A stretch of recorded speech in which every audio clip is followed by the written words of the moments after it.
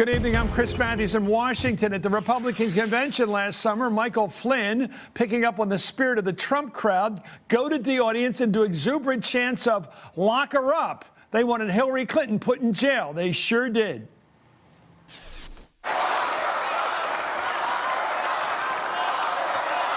Lock her up. That's right. That's right. Lock her up. If I did a tenth of what she did, I would be in jail today.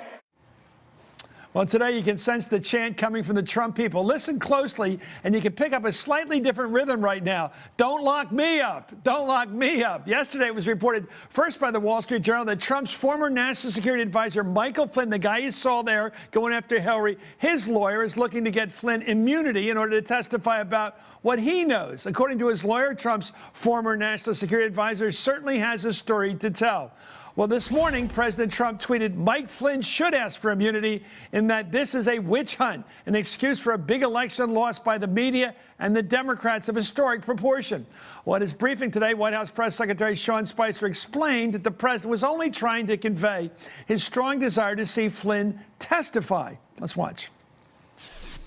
I think that the interesting thing is if you actually stop for a second and realize what the president's doing, is that he's saying do whatever you have to do to go up, to make it clear what happened, take whatever precaution you want or however your legal counsel advises you. General Flynn's attorney said that his client has a story to tell. Is the White House concerned that General Flynn has damaging information about the president, his aides, his associates, about what occurred during the campaign with respect to Russia? Nope.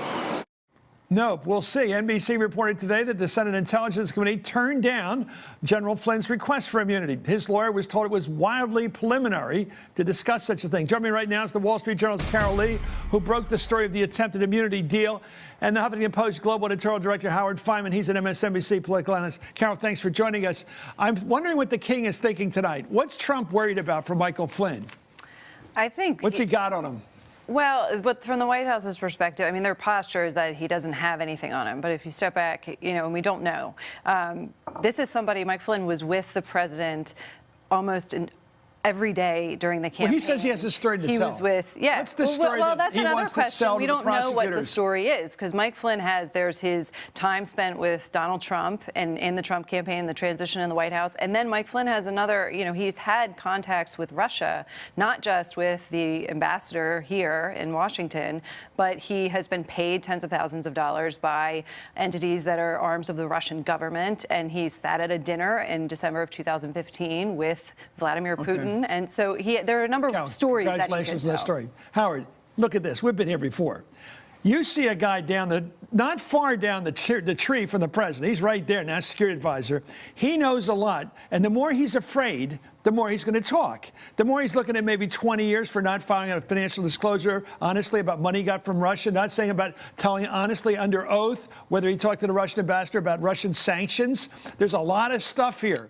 And he's looking at serious time maybe, and he's thinking, I want out of this. I didn't get to be national security advisor. I'm damn well not going to prison for this guy. I want to talk. Yes, and Trump's thinking, this guy's got two things. First of all, he wants to talk at a time when he'd be most useful. The committee wants to learn everything it can about what Flynn has to say from people other than Flynn, so they don't have to give him much, if anything.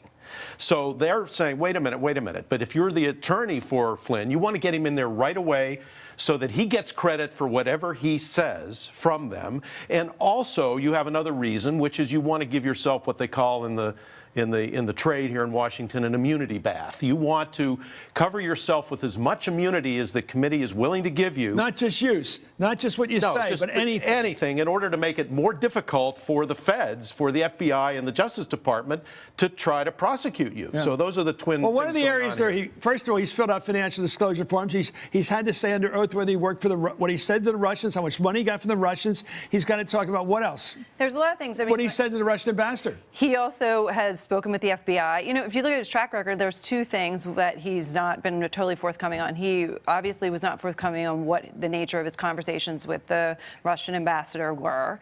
And Kislyak. And he did not report being an agent of a foreign government with some of his work that he had done for Turkey. And those are just two examples. And so, there's a number of ways in which which and not only that, but going back to when he served in the government and was a top intelligence official, he would have to report certain contacts that he had. I mean, there's a whole array of... Okay, let's talk human nature. Your papers have been covering this story, Chris Christie.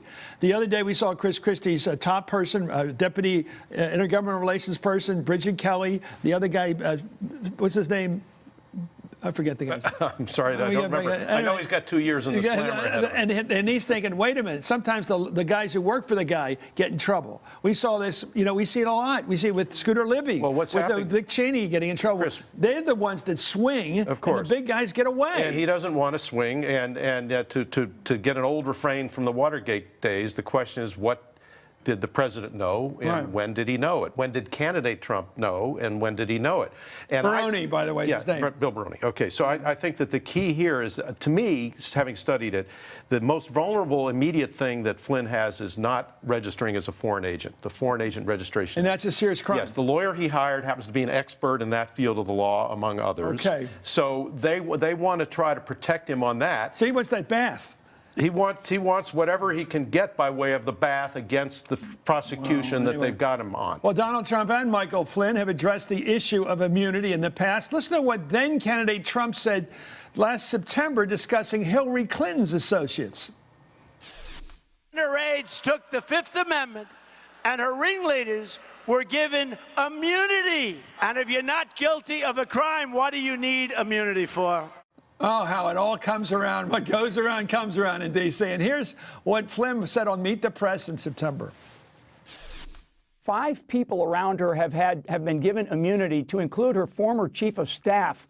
When you are given immunity, that means that you've probably committed a crime.